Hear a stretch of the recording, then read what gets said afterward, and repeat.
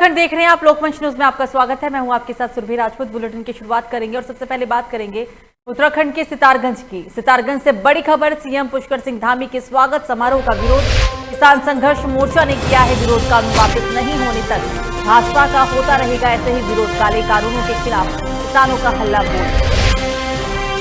विरोध प्रदर्शन की तस्वीर आप ये सितारगंज से देख रहे हैं। सितारगंज के अंदर भाजपा का विरोध किया जा रहा है। किसान संघर्ष मोर्चा ने विरोध प्रदर्शन किया तीनों कृषि कानून के खिलाफ। तीनों कृषि कानून के खिलाफ ये पूरा प्रदर्शन है। कानून वापस नहीं होने तक ऐसे ही विरोध प्रदर्शन किया जाएगा, ये कहा गया किसान संघर्ष मोर्चा के द्वारा। सितारगंज में सीएम पुष्कर सिंह धामी के स्वागत समारोह का विरोध किया गया। किसान संघर्ष मोर्चा ने जो विरोध प्रदर्शन किया है, कानून वापस नहीं होने तक भाजपा का ऐसे ही विरोध होगा। काले कानूनों के खिलाफ किसानों का हल्ला बोल।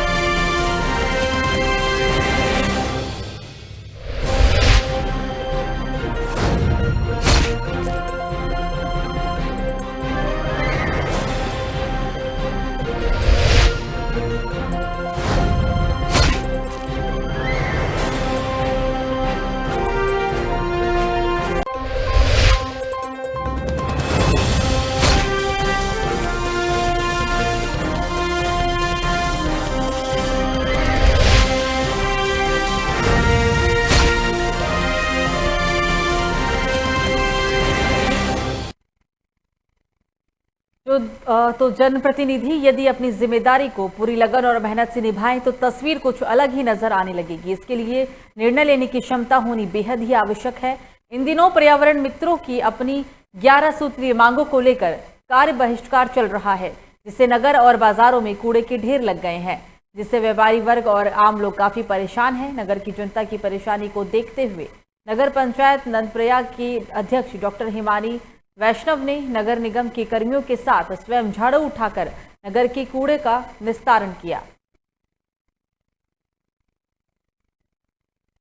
चमोली के अंदर 11 सूत्रीय मांगों को लेकर सफाई कर्मचारियों का विरोध प्रदर्शन किया जा रहा है। सफाई कर्मचारियों के द्वारा अभी तक विरोध प्रदर्शन किया जा रहा है, जिसके बाद इलाके में कूड़ों का ढेर है और इन्हीं सब चीजों को देखते हुए नगर पंचायत नंदप्रयाग की अध्यक्ष डॉक्टर हिमानी वैष्णव ने नगर पंचायत के कर्मियों के साथ खुद झाड़ू उठाकर नगर के कूड़े का निस्तारण किया है।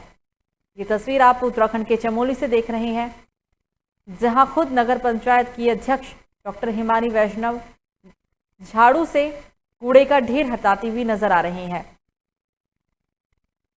क्योंकि मैं स्वच्छता के लिए कटिबद्ध हूँ और हमारे कर्मचारी भी सफाई के लिए हमेशा कोई ना कोई अभियान करते रहते हैं। लेकिन इस बार मैं जनता को एक संदेश देना चाहती हूँ, क्योंकि हमारे जो सफाई कर्मचारी हैं वो लोग हड़ताल पे हैं और मैं जनता से निवेदन करना चाहती हूँ कि अपने चारों तरफ सफाई रखें।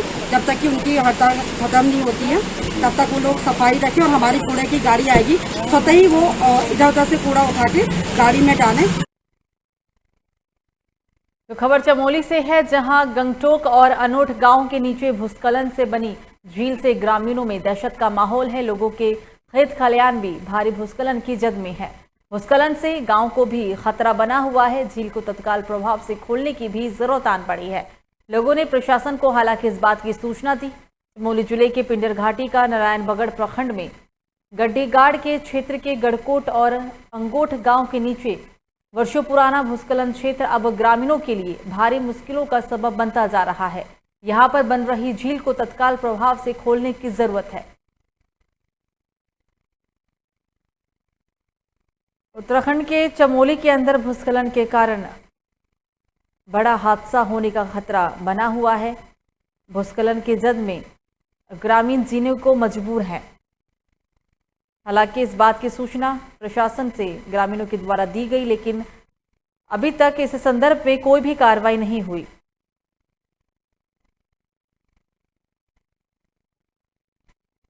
ये बहुत पुराना स्लाइड है। पहले भी यहाँ पे इस तरह की स्लाइडिंग हो चुकी है, ज़मीनें टूट धंस चुकी हैं। विगत जो 4-5 दिन की लगातार बारिश हुई तो उसमें ये खतरा महसूस हुआ कि यहाँ पे कुछ ना कुछ गड़बड़ हो सकती है। फिर इसी बीच हमने देखा कि सामने गांव के जो खेत के किनारे हैं वो पूरा का पूरा रास्ता धंस करके नीचे गधेरे में आ गया है और उस मलबे ने पूरा गधेरे का जो डिस्चार्ज था, आउटलेट था, उसको बंद कर दिया है और यहाँ पे एक बड़ी झील बन गई। जी, हमारे ग्राम पंचायत गढ़कोट के लिए ये बड़ा चिंता का विषय बन गया है और जो ये हमारे 2013 से जो 1991 से जो स्लाइडिंग और गधेरे भयंकर रूप लेके आता है, तो इसने हमारे गांव के लिए बहुत खतरा बना दिया है। और साथ में जो दो इलाकों को जोड़ने वाला पुल है वो भी क्षतिग्रस्त हो चुका है और इस टाइम दोनों जगह से जो ज़मीनें स्लाइडिंग हुई है उसे झील ने बहुत भयंकर रूप ले लिया है। तो देवभूमि उत्तराखंड सफाई कर्मचारी संघ के आह्वान पर पालिका के सफाई कर्मचारी व पर्यावरण मित्रों से जुड़ी मांगों को लेकर मंगलवार से आज छठे दिन भी धरना जारी है। सफाई कर्मचारी प्रदेश अध्यक्ष राहत मसीह के नेतृत्व में धरना प्रदर्शन कर रहे हैं। आपको बता दें, सफाई कर्मचारी पालिका परिसर में अनिश्चितकालीन हड़ताल पर बैठे हुए हैं। नगर पालिका में सफाई नायक श्री पाल के नेतृत्व में पर्यावरण मित्रों, पर्यावरण पर्यवेक्षकों, मोहल्ला स्वच्छता समितियों के तहत सफाई कार्यों में लगे कर्मचारियों की अपेक्षा को किए जाने, निकाय ढांचे का संशोधन करने, पर्यावरण पर्यवेक्षकों के पदों को बाहर न भरकर पूर्व में ही कार्यरत कार्यवाहक पर्यावरण पर्यवेक्षकों को पदोन्नत करने, संविदा व मोहल्ला स्वच्छता समिति आदि के कर्मचारियों को नियमित नियुक्ति प्रदान करने आदि मांगों को लेकर देवभूमि उत्तराखंड में सफाई कर्मचारी संघ के द्वारा धरना प्रदर्शन किया जा रहा है।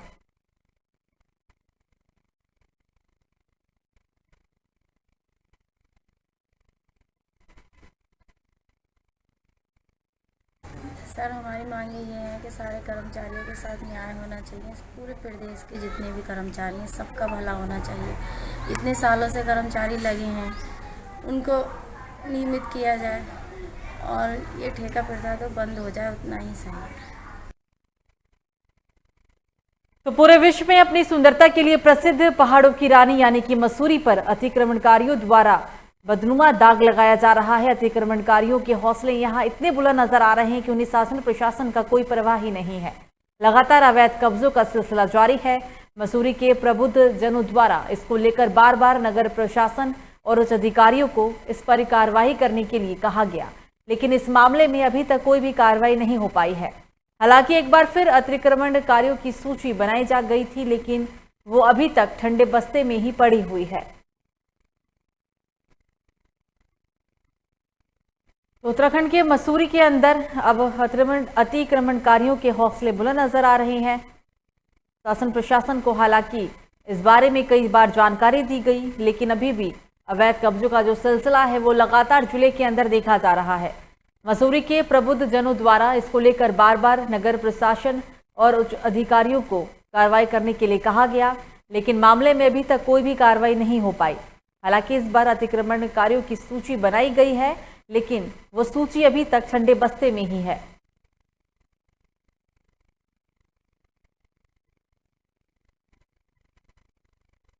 तो मसूरी में सीओ नरेंद्र पत्नी ने कहा है कि थाने में एक शिकायतकर्ता ने तहरीर दी है कि उनकी 14 वर्षीय लड़की से पिछले 5 महीने से उनका पड़ोसी दिलेर मसीह द्वारा शारीरिक व मानसिक शोषण किया जा रहा था, जिसके कारण लड़की परेशान है, जिस पर पुलिस ने पॉक्सो एक्ट के तहत मामला दर्ज किया और अभियुक्त को दबिश देकर गिरफ्तार भी किया।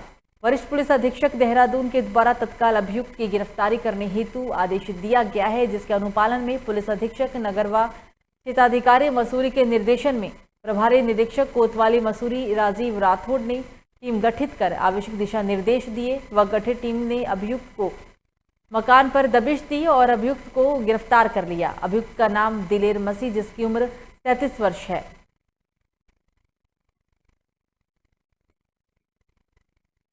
एक तहरीर कल हमारे पास थाना मसूरी पर, कोतवाली मसूरी पर आई थी।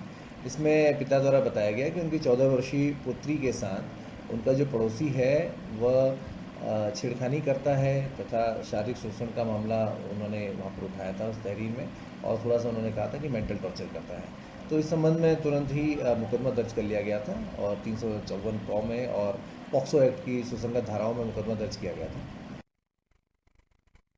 तो जिले पौली पुलिस द्वारा एक बार फिर से मानवता की मिसाल पेश की गई है। मामला सतपुली थाना क्षेत्र का है, जहां पर शुक्रवार को दोपहर में पैठाड़ी निवासी बिजली देवी ग्राम लई अपने 24 वर्षीय बेटे ज्ञान सिंह को किडनी की बीमारी से ग्रसित होने के बाद डायलिसिस कराने के लिए हंस फाउंडेशन अस्पताल लेकर जा रही थी, लेकिन सतपुली पहुंचते ही बिजली देवी के पुत्र ज्ञान सिंह की बस में ही मृत्यु हो गई। बेटे को बेसुध पड़ा देख मां का रो रो कर बुरा हाल था। ऐसे में मौके पर मौजूद पुलिस द्वारा उसके मृत बेटे को बस से बाहर निकाला गया। इस दौरान पीड़ित महिला द्वारा ड्यूटी में तैनात कांस्टेबल गजेंद्र और कुलदीप से बेटे के मृत शरीर को घर ले जाने की मदद भी मांगी गई, जिसके बाद ड्यूटी में तैनात पुलिसकर्मी द्वारा तुरंत थानाध्यक्ष सतपुली संतोष पैथवाल को इस बात की जानकारी दी गई। थानाध्यक्ष सतपुली संतोष पैथवाल द्वारा तत्काल असहाय महिला की मदद करने हेतु अपने हाथ आगे बढ़ाए और उनके मृत बेटे के शरीर को उनकी पैतृक निवास पहुंचाया गया।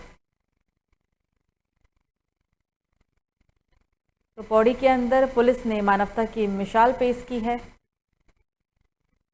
डायलिसिस के लिए गए एक मरीज की मौत बस में ही हो गई थी, जिसके बाद पुलिस ने बस के अंदर से मृतक के शरीर को बाहर निकाला और उसके पैतृक गांव तक पहुंचाया।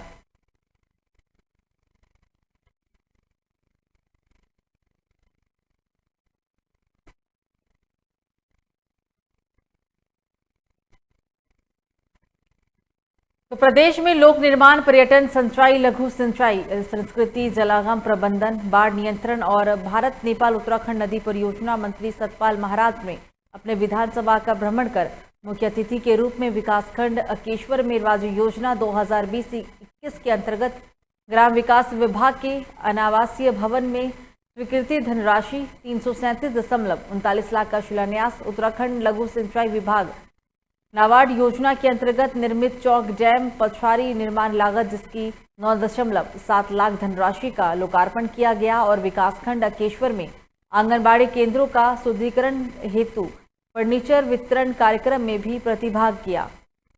मंत्री ने इस दौरान गर्भवती महिलाओं को मुख्यमंत्री महालक्ष्मी किट भी बांटे हैं।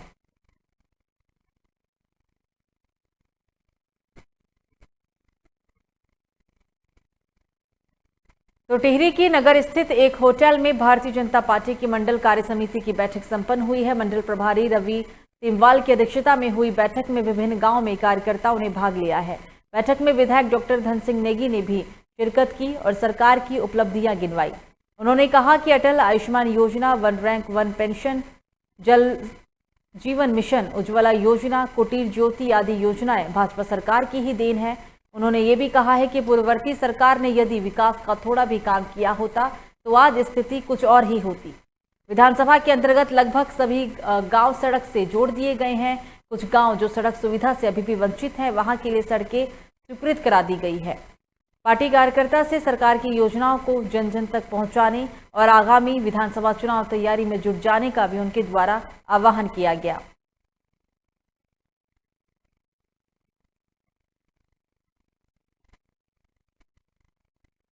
तो पूर्व ब्लॉक प्रमुख गुंडानंद कुनियाल की अध्यक्षता में 5 घंटे तक चले अधिवेशन में वक्ताओं ने पट्टी दोगी की मूलभूत समस्याओं पर फोकस करते हुए कहा है कि क्षेत्र में सड़क, स्वास्थ्य, शिक्षा, विद्युत, पेयजल व नेटवर्किंग की बदहाली से जनता त्रस्त है। पूरे क्षेत्र में नेटवर्क न होने से ऑनलाइन पढ़ाई पिछले 1.5 साल से ठप है। सड़कें बदहाल है, प्राथमिक स्वास्थ्य केंद्रों में डॉक्टर नहीं है, पेयजल पाइपलाइन सूखी पड़ी है। विद्युत की बात किए जाए तो विद्युत भी नियमित आपूर्ति इलाके के अंदर नहीं हो रही। इनकी समस्याओं से निदान के लिए पहले भी कूलर घाटी में कई बार आंदोलन की अलख जगाई गई थी।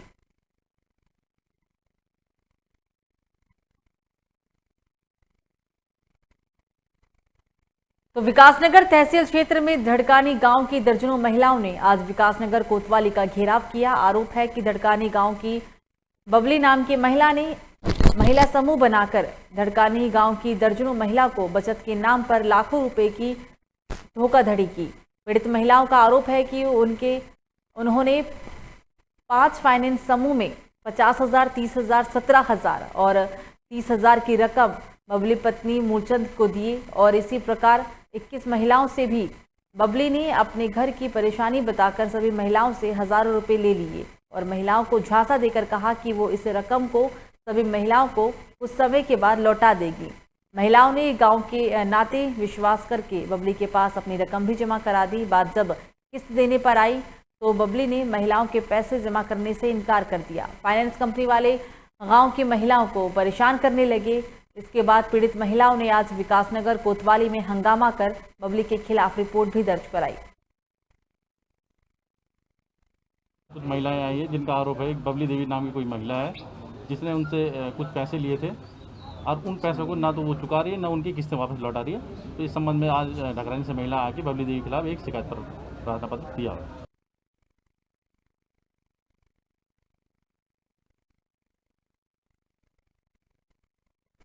तो टेहरी से इस वक्त की बड़ी खबर। उत्तरकाशी में भूकंप के झटके किए गए हैं। महसूस रिक्टर स्केल पर मापी गई है 3.4 की तीव्रता। पूर्वी उत्तरकाशी में 23 किलोमीटर दूर रहा है भूकंप का केंद्र। रात 1:28 पर आया भूकंप। उत्तरकाशी टेहरी भूकंप के लिहाज से काफी संवेदनशील। तो टेहरी के अंदर उत्तरकाशी में भूकंप के झटके महसूस किए गए। रिक्टर स्केल पर जो तीव्रता है वो 3.4 आंकी गई। पूर्वी उत्तरकाशी में 23 किलोमीटर दूर रहा है भूकंप का केंद्र। हालांकि रात 1:28 पर भूकंप आया था। उत्तरकाशी और टेहरी भूकंप के लिहाज से काफी संवेदनशील माने गए।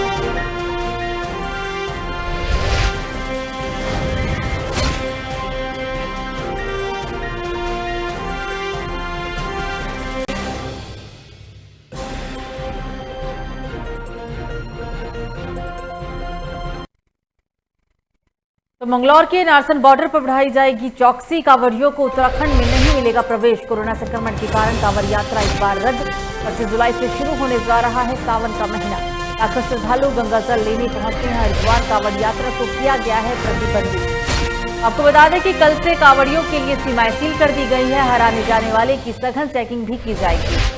तो कल से सावन का महीना शुरू हो जाएगा, लेकिन इस साल कोरोना को देखते हुए कांवड़ यात्रा को रद्द किया गया और इसी के तहत नारसन बॉर्डर पर चौकसी बढ़ा दी गई है। कांवड़ियों को उत्तराखंड में प्रवेश नहीं मिलेगा। कोरोना संक्रमण के कारण ही कांवड़ यात्रा को रद्द किया गया। ये 25 जुलाई है और 25 जुलाई से ही सावन का महीना शुरू होने वाला है। सावन के महीने में लाखों श्रद्धालु गंगा जल लेने के लिए हरिद्वार पहुंचते हैं। कांवड़ यात्रा को फिलहाल इस साल प्रतिबंधित किया गया।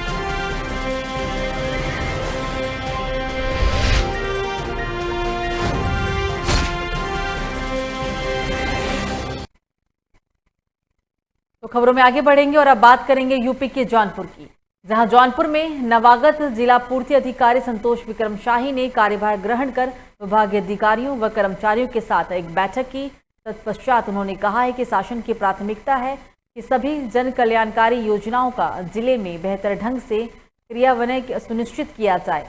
आपको बता दें कि इस दौरान राष्ट्रीय खाद्य सुरक्षा अधिनियम, प्रधानमंत्री गरीब कल्याण योजना अंतर्गत जो भी खाद्यान्नों का वितरण हो रहा है उसका प्रभावी ढंग से, बेहतर ढंग से लागू करना और खाद्यान्न का ही सही ढंग से वितरण करना हमारी प्राथमिकता होगी, ये कहा गया उनके द्वारा। इसके अलावा विभागीय दृष्टिकोण से जो दायित्व सौंपे गए हैं उसका भी समयबद्ध निस्तारण हमारी प्राथमिकता होगी।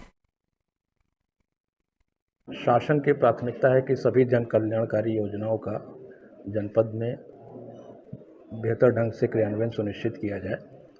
राष्ट्रीय खाद्य सुरक्षा अधिनियम और प्रधानमंत्री गरीब कल्याण योजना के अंतर्गत जो हमारा वितरण हो रहा है उसे प्रभावी ढंग से, बेहतर ढंग से लागू कराना और खाद्यान्न का सही ढंग से वितरण कराना मेरी प्राथमिकता होगी। तो फिलहाल बुलेटिन में मुझे दीजिए इजाजत। लोकमंच न्यूज़ पर खबरों का सिलसिला जारी रहेगा। नमस्कार।